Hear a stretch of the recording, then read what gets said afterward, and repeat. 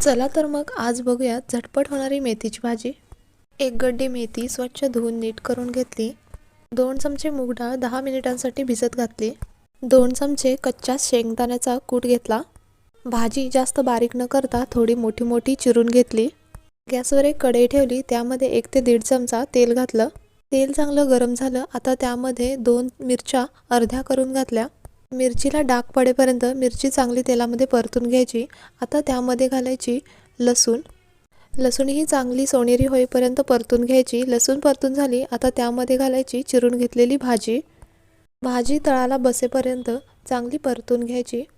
बघा, भाजीची क्वांटिटी कमी झाली, भाजी तेलामध्ये परतून घेतली। आता यामध्ये घाला चवीपुरतं मीठ। त्यामध्येच घालायची भिजवून घेतलेली मूग डाळ।